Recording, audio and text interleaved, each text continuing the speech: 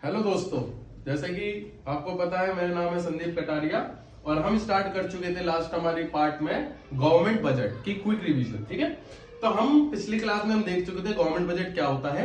अब हम कंपोनेंट्स को पढ़ने वाले हैं गवर्नमेंट बजट के। तो कंपोनेंट जो होते हैं ना गवर्नमेंट बजट के, उसके दो कंपोनेंट्स होते हैं।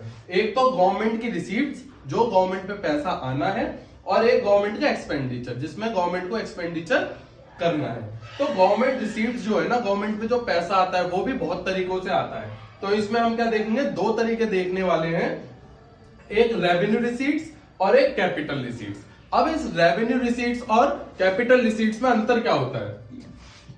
गवर्नमेंट को दो तरीके से पैसे आते हैं।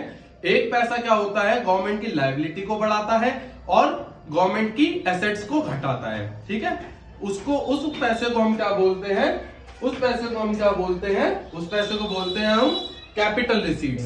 कैपिटल रिसीट्स क्या होता है, ये वो वाले पैसे होते हैं जो गवर्नमेंट पे आते हैं, जिससे या तो गवर्नमेंट की लायबिलिटी बढ़ रही होती है या फिर उसके एसेट गिर रहे होते हैं। ठीक है, एसेट कम हो रहे होते हैं। और दूसरा होता है रेवेन्यू रिसीट्स। रेवेन्यू रिसीट्स कौन से रिसीट्स होते हैं?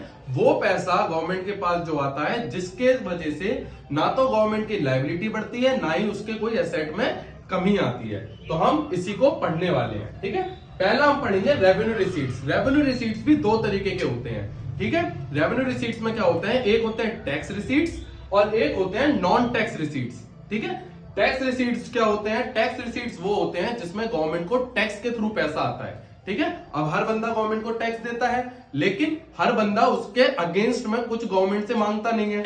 इनडायरेक्टली गवर्नमेंट उसको इन्वेस्ट करके जैसे भी करके उस तक पहुंचाती है। ठीक है, तो टैक्स रिसीट्स में क्या होता है, टैक्स रिसीट्स में टैक्स क्या होता है, समय पहले तो टैक्स क्या होती है, compulsory payment to the government by the household या फिर firm without reference to anything in return. मतलब कि वो पैसा जो एक हाउस होल्ड, मतलब आपके फादर जैसे गवर्नमेंट जॉब में है या बिजनेसमैन है, वो लोग क्या करते हैं, विदाउट किसी भी रिटर्न की इच्छा के बिना क्या करते हैं, टैक्स को पे करते हैं।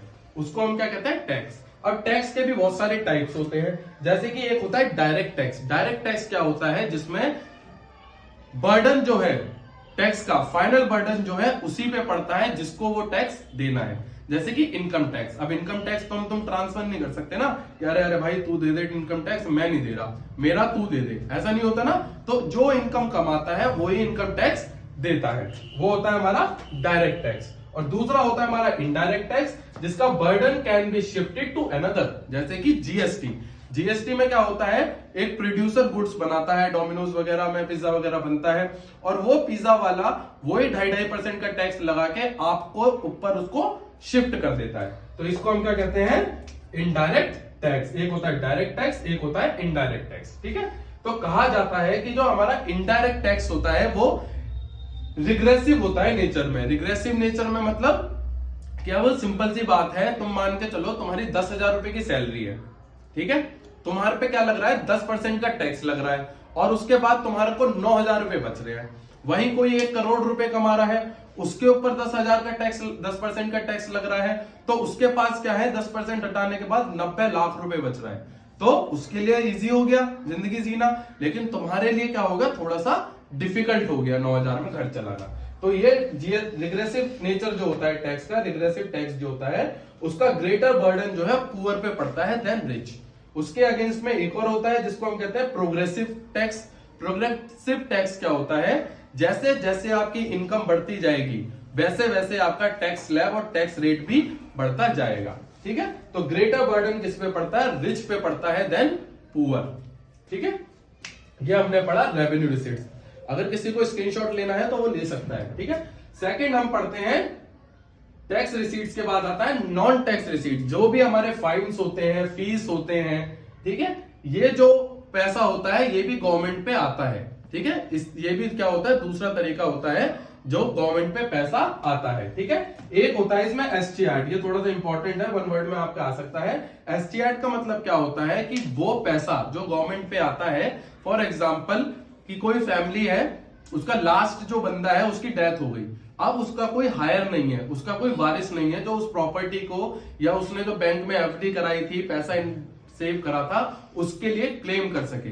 तो ये सारी प्रॉपर्टी, ये सारा पैसा कौन कहां चला जाता है? गवर्नमेंट के पास चला जाता है। ठीक है, तो टैक्स रिसीट्स क्या होते हैं? ये हमारे को जॉब्स वगैरह, इनकम टैक्स और डायरेक्ट टैक्स और इनडायरेक्ट टैक्स की फॉर्म में आता है, जबकि नॉन टैक्स रिसीट जो होते हैं हमारे को फाइन, फीस, एसटीआर और ग्रांट्स डोनेशन की फॉर्म में आते हैं।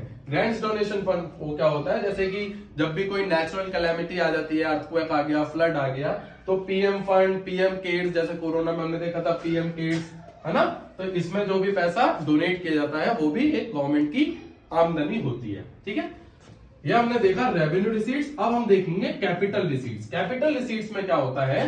कैपिटल रिसीट्स वो पैसा होता है गवर्नमेंट के पास जो आता है, जो गवर्नमेंट की या तो लायबिलिटी को बढ़ा रहा होता है या फिर गवर्नमेंट के एसेट को गिरा रहा होता है। अब आप कह रहे होंगे लायबिलिटी और एसेट में क्या डिफरेंस है? तो लायबिलिटी वो चीज होती है जो आपके इनकम जनरेट करके नहीं देती, वहीं एसेट्स क्या होते हैं? वो चीज होते हैं जो आपको इनकम जनरेट करके देते हैं। जैसे कि आपने एक कार खरीदी, कार ने क्या करा? आपको कोई इनकम तो नहीं दी, बट आपकी इनकम थोड़ी घट रही है, क्योंकि उसमें आपको मेंटेनेंस देना पड़ रहा है, टैक्स भी आपने पे किया उसके लिए, पेट्रोल के लिए भी पे कर रहे हो, तो आपकी क्या बन गई? लायबिलिटी बन गई। वहीं हम देखते हैं आपने कोई घर लिया, वो आपको क्या दे रहा है?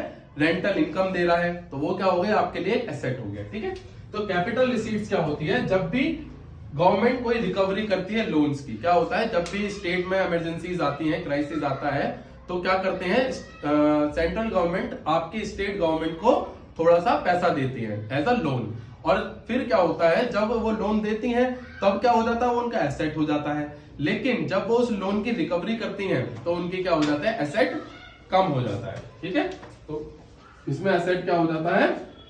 कम हो जाता है। वहीं हम देखते हैं बोरोइंग्स एंड अदर लायबिलिटीज में, जब भी गवर्नमेंट लोन लेती है, सिंपल याद रखना, गवर्नमेंट जब लोन लेती है तो उसकी लायबिलिटी बढ़ती है, लेकिन गवर्नमेंट जब लोन देती है तो उसके एसेट बढ़ते हैं। ठीक है, गवर्नमेंट देने वाले, लोन देने वाले के एसेट होता है और लोन लेने वाले के लिए लोन क्या होता है? लायबिलिटी होती है। ठीक है, इसी तरीके से हमारा अदर टॉपिक है अदर रिसीट्स, जैसे कि गवर्नमेंट जब कोई डिसइन्वेस्टमेंट करती है, जैसे हमने अभी रिसेंट में देखा LIC में गवर्नमेंट ने अपना स्टेक कम किया है। ठीक है, परसेंटेज शेयर्स जो है कम किए हैं, तो वो क्या हो गई? गवर्नमेंट की डिसइन्वेस्टमेंट। ठीक है, तो नेक्स्ट जो हमारा टॉपिक है गवर्नमेंट का एक्सपेंडिचर, वो हम किस में देखेंगे? नेक्स्ट में मिलते हैं। तो मिलते हैं नेक्स्ट वीडियो में।